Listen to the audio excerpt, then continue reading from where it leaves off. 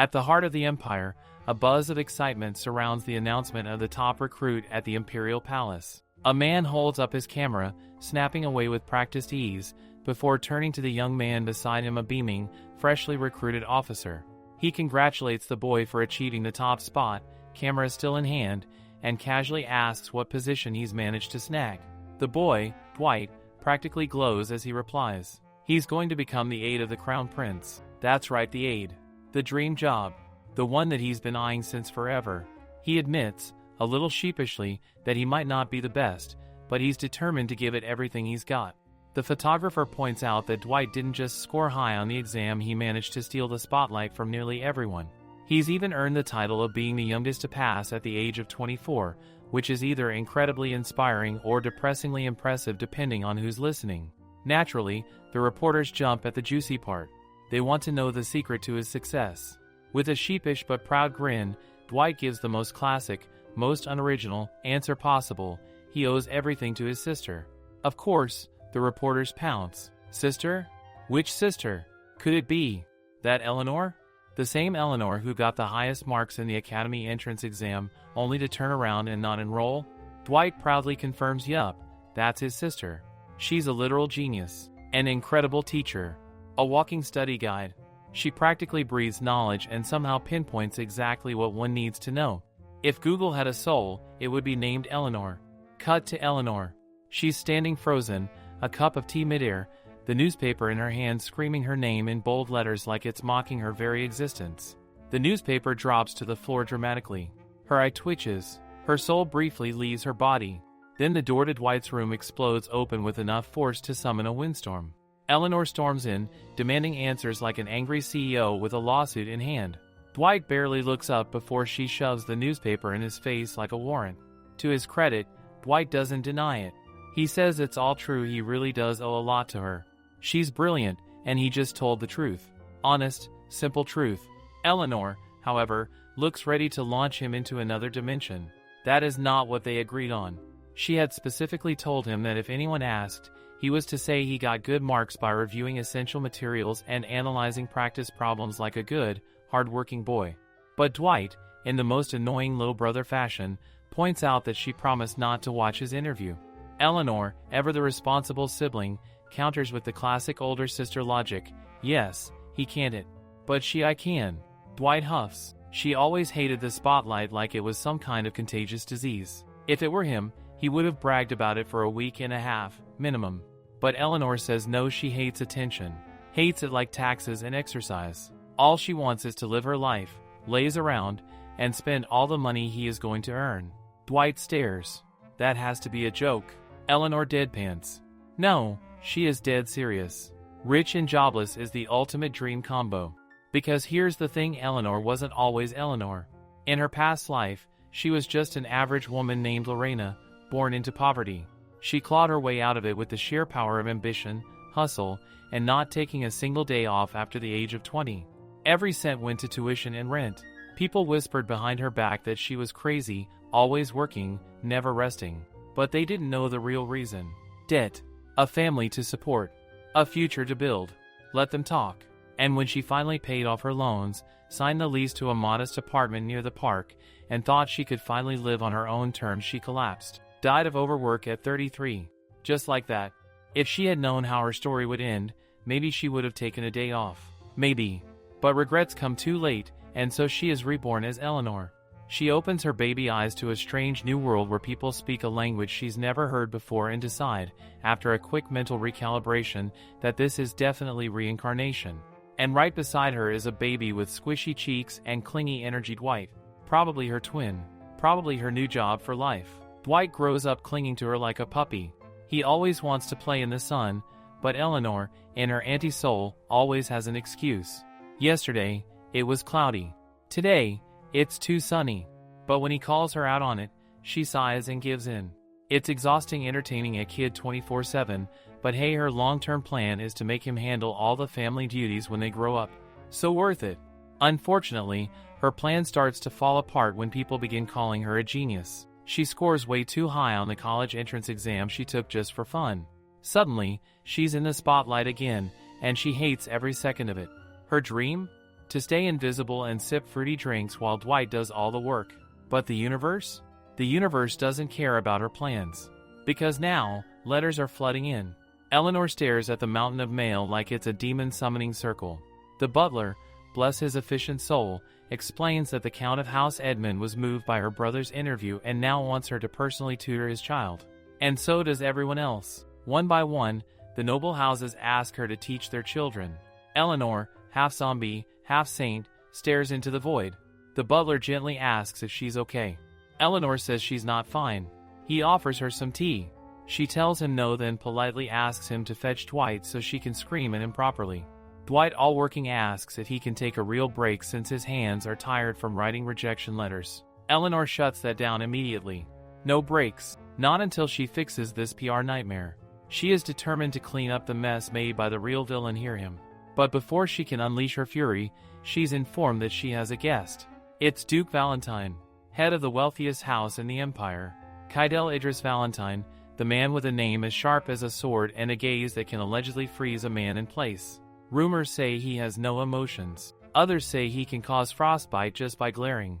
Eleanor is very reasonably wondering why in the world a walking refrigerator would want to see her. Now in the guest room, she bows politely and says it's an honor. Kydell, icy and formal, apologizes for arriving unannounced. He gives her a quick once-over, probably calculating her usefulness, and tells her that he'll make up for his rudeness. Eleanor internally prays that this man is not here to hand her another teaching job. Because if one more person tries to hire her, she might actually set the house on fire. Ellen brushes it off, saying that it's not rude at all and that she feels honored to be able to meet him like this. But now, she wonders why isn't he saying anything? So she asks him why they don't have a seat and talk about matters. The two are sitting when the Duke says to her that she got a reply yesterday. She is baffled. What does he mean by this? But then he tilts his head, and that makes her curse Dwight. That idiot, he should have told her sooner that it was from the Duke. Duke Valentine then asks her why she refused it like that. She explains that it's not like she doesn't like the conditions, it's just that she doesn't feel like teaching anybody. But the Duke tells her that he already knows she has an 8-year-old brother and that he's taken the liberty of coming here because he is certain of her abilities. Ellen comments that she's merely a count's daughter and that she has never attended an academy. On top of that, her brother is just too dramatic for praising her like that. The Duke says that if he were concerned about Damian's studies, he wouldn't have sought her out. He gets a little silent and then says to her that he would like her to reconsider this and at the very least, to meet Damian. She wonders why the Duke looks so drained. She nods at this, and he adds that he will be waiting for her answer. She sighs, thinking that she did pretty well in front of the Duke and that it's just one meeting, nothing too much. Then she can turn him down. The next day, she's told that a guest has arrived to greet her. She wonders who it could be. But then she smells the scent and immediately knows it must be Adrien. He says to her that it's been a while, which makes her angry that he ignored her for so many months, and this is what he has to say to her? Adrien insists that he really wasn't ignoring her and asks why she would say that. But she turns away, saying that they fought all the time and that he used to say weird things to her every time they met, so why would he say that now? Adrien tells her that he was busy learning the merchant business. She glances at him, wondering if it worked out the way he wanted. He says that in some ways, yes. She says that it's good for him then. Then he tells her to look at him and says to her that he's sorry. This makes her blush. She thinks that she has seen him for over 20 years, but that face still gets her weak. She scoffs at him that if she really was going far away, he should have at least said their goodbyes. He says that he knows it was foolish of her. She is still running through the memory that what he sent her was not even a letter, it was a note. So he begs her to forgive him just this once. But she says no, straight. Adrien asks her what he has to do to make her forgive him. She says she doesn't know, as she doesn't like him, which makes him smile faintly. He starts to pat her and says that he really missed her too. She then asks him what brings him here. To that, he asks if she remembers Sena. She knows he is talking about his niece. He tells her that Sena is going to be 9 soon and recently moved close by and that right now, she's preparing for the entrance exam. This makes Ellen flinch. Then he asks her if she can become Sena's tutor. The whole way her expression shifts, she couldn't stop but ask him how. She turns away and says to him that she really doesn't plan to teach anybody now. Adrien stares at her in sadness and then says to her that if this is her decision, then he really can't do anything about it. He then adds that he will need to get back to work. Ellen thanks him for understanding her. He tells her that the Imperial Ball is next week, so he will see her there. He also tells her that he got a gift for her and that it's outside. He hopes that she will like it. Then he takes his leave. While she's seeing him off, she thinks that she can't believe the ball season is already here again. At 24, she's still going to these balls with her brother. She wonders if she is this unappealing. But now she thinks that neither Adrien nor she has dated anybody. And the problem is that he's not dating because of choice. And she really can't date anybody. She's sure that his standards must be sky high, as he never looks at any of the women who are tripping over him. Then a maid comes rushing to her, saying that the Duke has sent some gifts for her. But when she goes out, it's not some gifts, it's a full gift shop. They have never seen such luxurious pearls before. And one of them was even from Lucien Boutique. It's impossible to get a dress from there, after all. It's a 6-month wait just to get that one dress. Ellen is really confused. She didn't do anything. And she wonders if she can really accept all these. But the butler tells her that the Duke has strictly said that he won't be taking them back, and what she does with them is completely up to her. She then asks to get the flowers and the cookies that Adrien got for her. While she's thinking just what the hell is wrong with these men, the day of the ball arrives quickly. Ellen is all dressed up and looks pretty. Adrien comes to her, and they greet each other. Dwight says he will go look around after he leaves. Adrien asks if she will have the first dance with him. She says she will. As they are dancing, she thanks him for the flower and the cookie he gave her. Then she asks him if Sena is doing well. He tells her that Sena made a little fuss for a few days, but after giving her a proper talking to, she calmed down. This makes Ellen feel bad for saying no, but Adrien assures her it's nothing to worry about. He says she looks a little different today. She blushes and adds that maybe it's because she's wearing all the gifts, and she also feels a little unusual. He tells her that she looks beautiful and means it sincerely, saying she is really beautiful. This makes her blush like lava, but she thanks him for saying so. The party is in full swing when she takes her glass. Adrien offers her another, but she reasons that it's really only her second glass. He teases that if she really wants him to remind her what she did at the last party after getting drunk, she covers his mouth, saying that she clearly remembers it all well. He then turns to her, saying he'll go and bring some apple juice for her. She is really fine with this motherly care of his. Then she hears someone calling her name. She looks up and sees the Duke. He asks if he can have the honor to dance with her. She can't believe that the Duke, who has never once asked anyone to dance with him, is asking her. People start to chatter that there are a lot of rumors about him, that he's into boys or that he has killed every woman he's ever been with. As they are dancing, he asks her if she liked the gifts. She assures him that they were really great, and that the dress she is wearing right now is also one of his full gifts. She points out that it fits her well and that it really suits her. She is so nervous that she keeps stepping on his shoes. She wonders if he is going to hold a grudge against her. He suddenly snaps her back from her thoughts by asking if she can give him a convenient time. Shocked, she tells him she will get back to him as soon as possible. He leans closer, asking when she's going to make time for him. The way he says it could definitely be taken the wrong way. Murmurs start spreading when Adrien also comes back, calling her name. Now the two men are face to face, making her feel like they have always been hard on each other.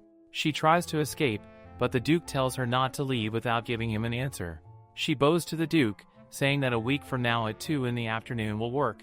She again thanks him for the gifts. Outside, Adrien asks her if it was the first time she met the Duke. She tells him that he read the interview Dwight gave and came to ask her to tutor his younger brother. He adds that he's just worried after all. She must have heard the rumors about the Duke. She assures him that there's nothing to write about, as he came to her in person, so she couldn't refuse him. She questions if the dress and heels were given to her by him. She blushes, and he then starts to ponder and mentions if she would mind if he comes by next week too. She asks if he's saying that the Duke will be coming to meet her. He says yes, and that Sena really wants to meet her. She adds that he can bring Sena with him as it will make her feel at ease. He smiles, saying Sena will be really thrilled. She then starts shivering, and he asks if they should head back first. But she wants to go back home, so she requests him to find Dwight for her. After all, she knows that the moment she steps back in, everyone is going to stare at her. When Adrien leaves to find Dwight, she is lost in her thoughts. She never expected the Duke to ask her to dance with him. But again, he wasn't as terrifying as the rumors suggested.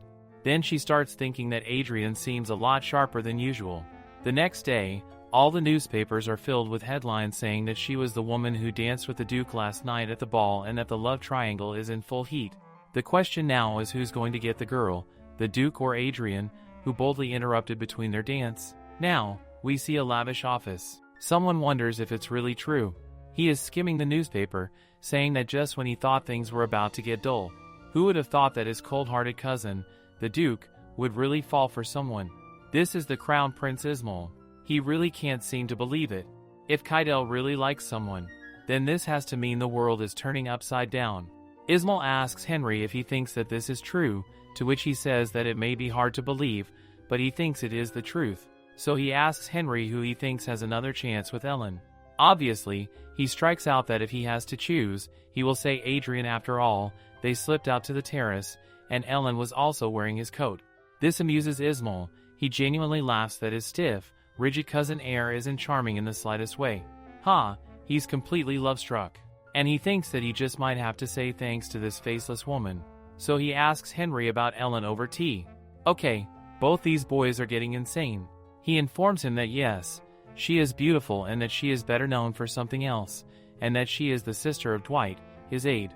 Ismail was thinking that he indeed heard her name somewhere, so he requests his aide that he would like to have a chat with his new aide.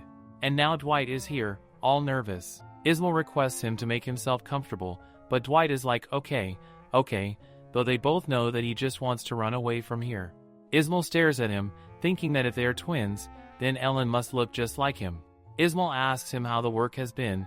He hopes that their week is not getting tough for him and that Henry isn't riling him up. Dwight assures him that everything is perfect. They yap a lot, and Ismail says to him that knowing all this will be handy for him because this prince's special skill is charming people. He then clicks his mouth, looking smug, and mentions that he has heard that he got a twin sister as he believes he came across an article about future class intake and Adrien head over heels for her. This literally makes Dwight choke on his drink.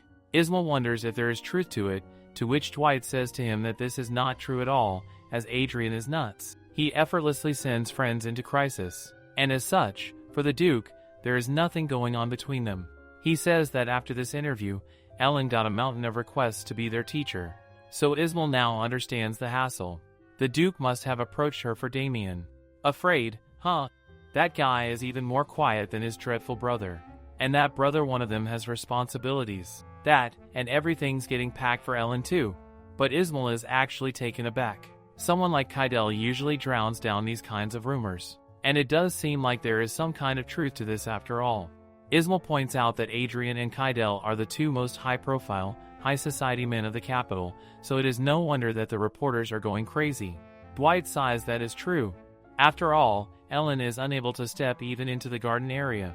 Ismail then asks him which day and which child she is going to tutor, but Dwight wasn't sure if she had yet decided or not. After all, she never planned to tutor anyone. She turned down everyone. But again, the Duke and Adrien are coming in 2 days to decide. Seems like this information made Ismail glad, while he asks Dwight if he would like another cup of tea. The next day, Ellen is practically seen only as a shadow. She gets a letter that Prince Ismail would like her to teach his bright younger brother Lucas, and that he wants to come to her estate.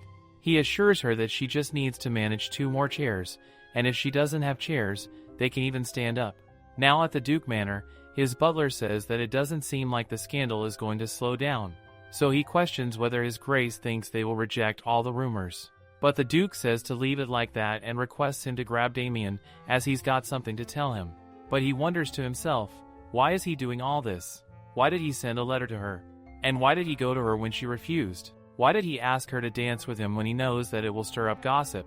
After all, she always makes him act a little strange. From the first time that he laid his eyes on her, she caught his attention. She is attractive, but not the kind of woman that will make heads turn. But yet, when he looks at her, the tedious parties become a little more bearable. And with that bite look in her eye, the way her cheeks are always filled with food, seeing her like this also makes him hungry. Then he sees her laughing with Adrien, to which he wonders silently what are they talking about. Then there is a knock, and the Duke allows entry. It is Damian, who is practically fidgety. Kydell asks him to take a seat. Now the two of them are seated, and what follows is a strange silence. Kydell says that after he turns 9, he will be eligible for the Academy entrance exam, and that he will find someone to help him.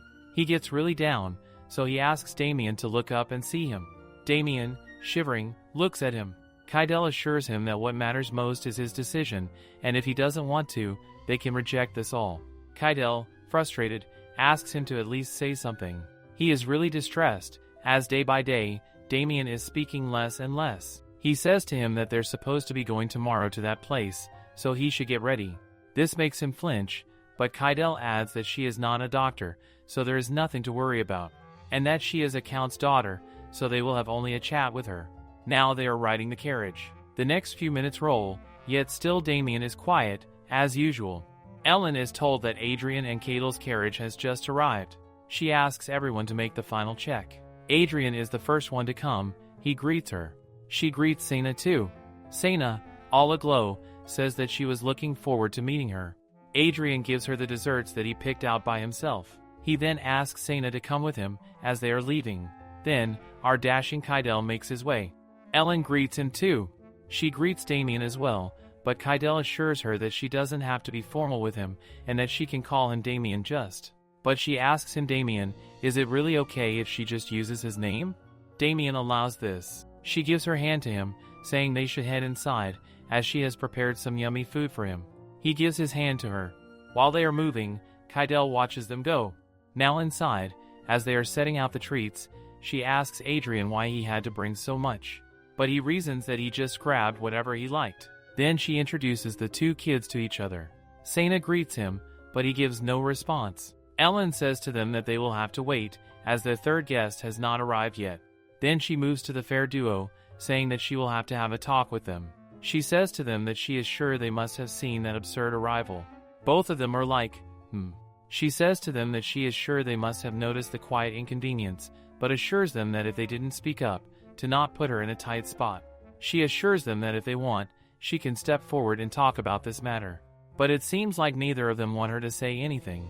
She says to them, why aren't they saying anything, and that they can respond to this strongly if they want. Then Ellen is told that the Imperial carriage is here. Leaving, she says to them that they will continue this talk later. But both of them are like Sai. Both Ismael and Lucas make their way in, while Ellen greets him with her blessing. He assures her that she doesn't have to be this formal with him, and that she can be at ease, and that he has been eagerly waiting to talk to her, and it's a pleasure to meet her. She gets all blushing to see this charming man. Lucas sniffs that something smells tasty. She then smiles at him, calling him Prince and asking if his journey was nice. But with beaming energy, he smiles and says to her that she can call him Lucas, and it's fine with him. They then head inside, while Lucas is already planning to eat the whole thing. Ismael smacks him lightly, telling him to be polite to Ellen. She thinks that he is more down to earth than she thought. Both Adrien and Kydell bow to Ismael. He greets them, mocking that it seems like this is the trio that is making some tea out there for people. All three of them are like man. She brushes it off, saying that she prepared a separate room for them while she is talking with the children. But the three of them are like that won't be necessary. She thinks that it might be uncomfortable, but they assure her that it's really fine. But who is going to tell them that the real one who is uncomfortable is she? She doubts them, but says they should then all step in together. Inside, the kid asks her why the drink is so warm.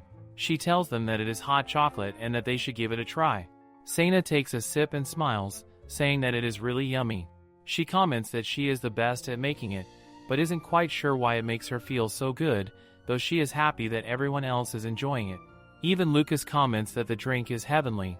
She chuckles, saying there is plenty for him to have it all. She makes sure to remind everyone to blow on it before drinking. Damian takes a sip too, and it seems that he likes it as well. Ellen is glad that he is enjoying it. Then, she speaks to Sena, mentioning that she's heard her dream is to be the top scorer. Sena confirms it, and tells her that she also heard from Adrien that Ellen was the top sorcerer. Ellen turns to Adrien, wondering if he really said that. Then, she asks Lucas if he plans to attend the academy as well. He answers with a shrug, stating that people are always telling him he should, but he really hates studying. After all, it's boring. Sena looks at him, wondering if this guy is really a prince. Lucas gets defensive, saying that yes, he is indeed a prince. Sena responds with a casual what? Lucas becomes even angrier and calls her pink hair ridiculous. He asks her what the hell that's supposed to mean. The two of them begin to bicker while Ellen tries to keep the conversation under control. She wonders if she should have taken the bait and let it slide. It seems like things will only get worse from here. Meanwhile, Ismael is sitting quietly, smiling to himself. Kydell asks him what brought him here, to which Ismael replies that he has the same reason as him, he's also looking for a good tutor for Lucas. Kydell then asks if that's the only reason. Ismael smirks and says that if Kydell needs another reason, he points out that he heard both his cousin and the Stoic Prince are known for rejecting every other woman, but they've both been enchanted by the same girl. He had to come meet her, and it turned out she was the sister of his new aide. Adrien immediately begins to figure things out and confirms that Adrien knows about it too.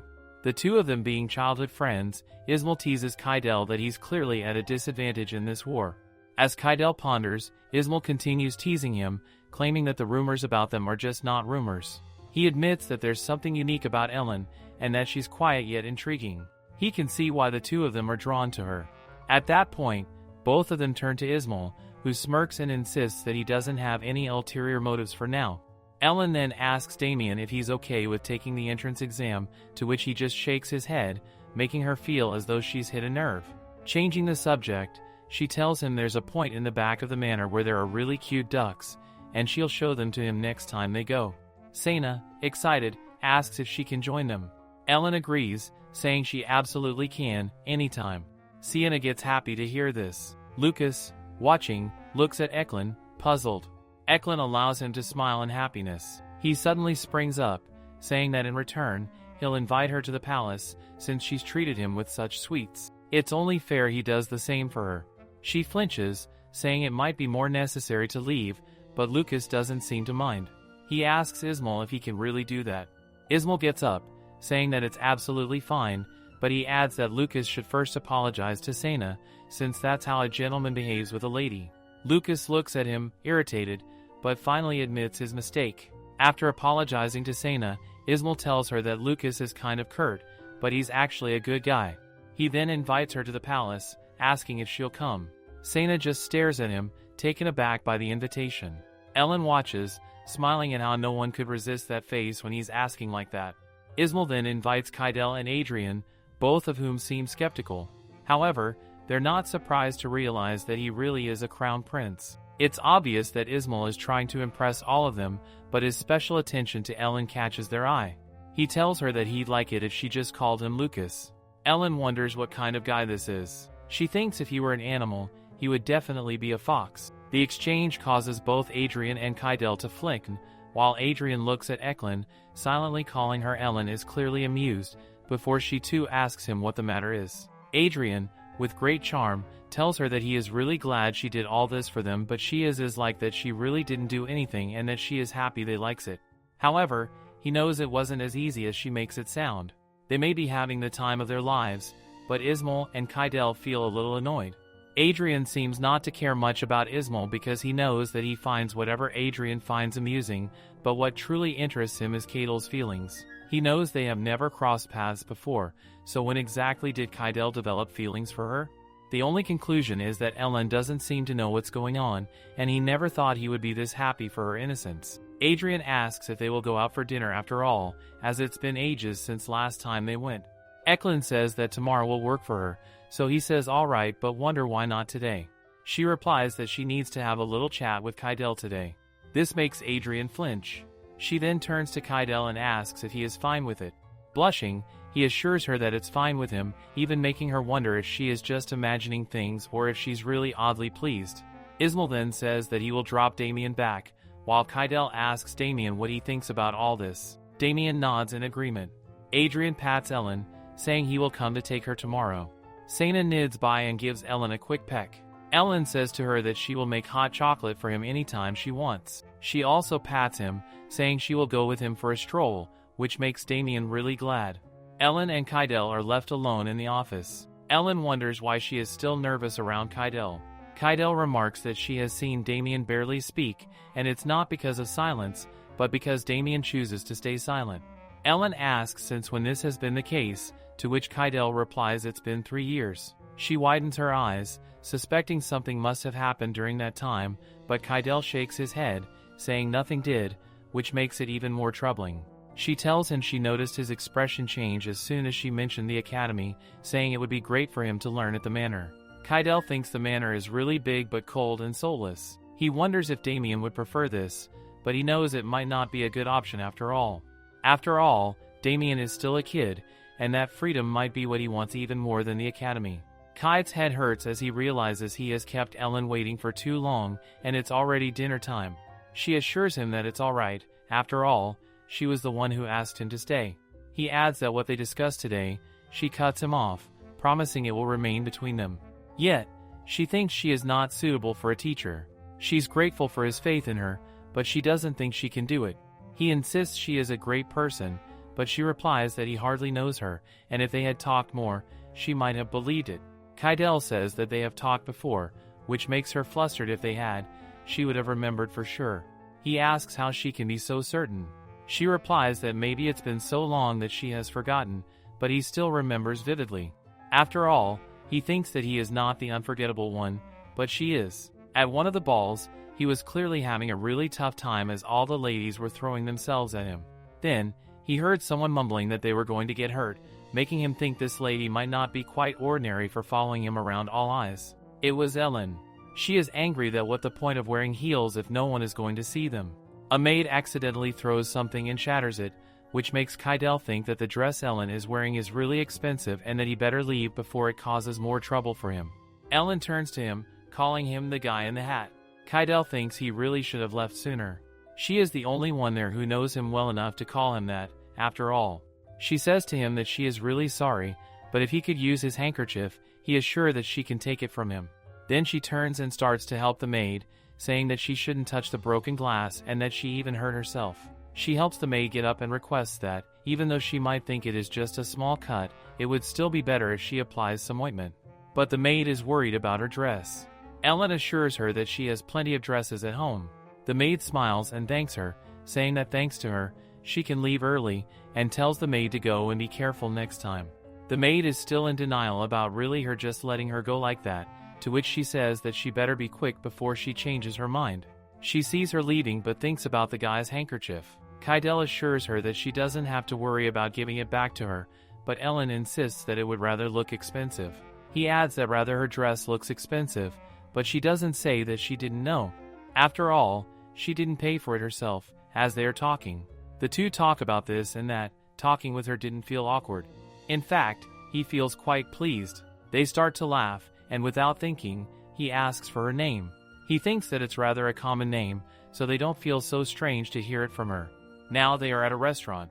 Ellen says that there is a reason why it is so hard to get reservations at this place. Ellen asks him if he is so generous today. Adrien replies by asking when was he not generous with her.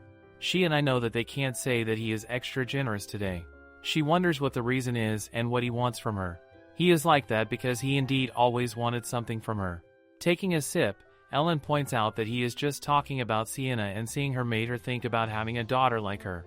But Adrien, as far as he remembers, said for him that she never wanted to get married. She mentions that back then she was really young and people here marry quite young, which makes him think that she is talking like she has lived somewhere else. She changes the topic, saying that he always stops her from drinking, so why isn't he doing anything today? He reasons that this is because there is no one here that can flirt with her. She might make it off that no one actually pays much attention to her, but Adrien can assure her enough that she is wrong about this. After all, she has no idea how beautiful she is, and that always makes humans lie. She ponders what is with this sudden flattering. She gulps another drink. Adrien tells her that she better slow down, but she replies that the whole point of drinking is to get drunk. She really sounds like Adrien's father now. Half drunk, she says to Adrien that he has no idea how hard it is to become working class. She laughs that he might not know, but again says she doesn't know, so he asks if she knows. She shuts that she knows it too well, and he can't even imagine how hard it is to get calls from the students at midnight. He asks her what those calls are, but she says that it is something that he really doesn't need to know. She starts to yell about her past life traumas and all those people that have a hard time. She is really sad because she tried so hard to get out of poverty and she didn't even know what sleep was. But he is utterly confused, asking when did her family was ever poor. She says to him that he better be grateful that he was born with a silver spoon. Brother, don't even know what this is now. She explains that it is something that is made of silver. She questions how old he is. He replies that he is the same age as her. She pats him and says that it's the best part of his life. Adrien can see that she is completely intoxicated. She says that she sees the good facts after teaching so badly for this long. Adrien drowsily points out that if this is what she wants, no one would want to teach. She sulks that it's not like she doesn't want to, but it's just that she doesn't feel that confidence anymore. Adrien had no idea what she was talking about, but he finds her quite adorable. Ellen is really happy that how her life is right now, and she really doesn't want to return to how it used to be, but sometimes she really can't help but look back at those intense days. After all, being responsible for someone else's life is quite draining. The next day she is practically unable to feel alright after all those drinks. Dwight says to her that if her parents saw her like this, they would ground her. She is all wobbly thinking that some little can of wine didn't work out much. She wonders if Adrien was the one who took her here. To be precise, he took her back home, laid her in the bed, and went back. Dwight sighs that it happened last time too, and she scared him so much that he even left this whole damn city for a few days. She grumbled that it wasn't because of her but because he was rather busy with work. Dwight then puts out that she got an invitation from the Imperial Palace. She can see that Lucas was quite determined to pay her back. She wonders just what the hell this whole mess started in the first place. So she says to Dwight that she thought about it long and hard, clearly making him wonder what this is about to her now. She asks him if she is really that pretty. Dwight thinks she must have lost her mind. She dares to tell him that Adrien says she has no clue how pretty she is. Dwight can see that the both of them have lost answers. Ellen wonders what would happen if the rumors come true that not just Kydell and Adrien, but also Ismael is head over heels for her. She wasn't truly aware of this at first. After all, he is not the type to turn heads. But now she is learning that this lifestyle isn't easy after all. The daughter really cares about her, but he can see that now she is being unreasonable. She thinks that maybe she should open a cram school and use her fame to lure the parents of the kids. The daughter fans see that she is still drunk. Then she opens the letter that Lucas has sent to her. He is like that because he is sure she must be waiting for this letter for wages. After all, it's his first time writing a letter, as he has never even written to Kydell. She thinks that he must have wanted to say ages instead of wages. He adds that he is good with any time, but Ismael is only free in the evening, so he hopes to see her for lunch, and that he did invite that pink-haired girl, yet he still doesn't like her. Time flies and soon the time to meet Ismael and Lucas arrives. Lucas says to Ellen that she should grow this. Ismael teases him again that he is talking like he is two women. He has made it. Adrien asks Ellen if he should cut the steaks for her, but Kydell is like that there must be no need. After all, he already cut his own, so he will just switch it with her. Ellen can see that both the adults and the kids are acting the same way.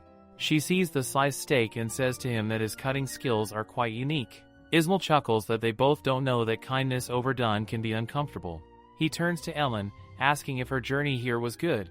Ellen finds him not only good-looking but also perceptive. She says to him that she had a lovely time walking around the palace garden.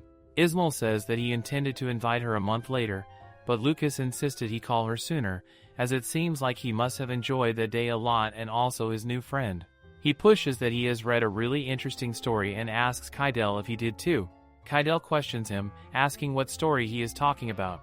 He says that he got to know that Adrien and Ellen had quite a good date before Ellen could change the perspective. Adrien chimes in that it is true. She gets flustered and clears that still it wasn't a farce at all. Ismael chuckles, asking how much she had to rehearse to feel so dainty, and what was that lady where she was clueless, struggling about hair, making her wonder just how much did he hear her say to him that she is really making her embarrassed. She might say that paying attention to someone insignificant like herself seems like a waste of the empire, and she is saying that loyalty and the only way out of this awkward situation is to be shameless. He smiles that he is touched that both twins are freely offering him their wisdom, but he says that he will have to disagree. After all, she is far from being insignificant to him. In fact, she is someone in whom he is quite interested these days, but he laughs that he will try to respect her privacy. Now the desserts are served, and the Imperial Palace desserts are far more high level than what she wanted, but the tart she wanted was a little out of her reach. Kydell did not love this and asks her which one she wants. She says the raspberry one. She thanks him for his kindness. The taste of the tea was really heavenly. Then Kydell and Ellen's gazes meet. He is literally staring at her and, not knowing what to say, she asks him if he would like a taste.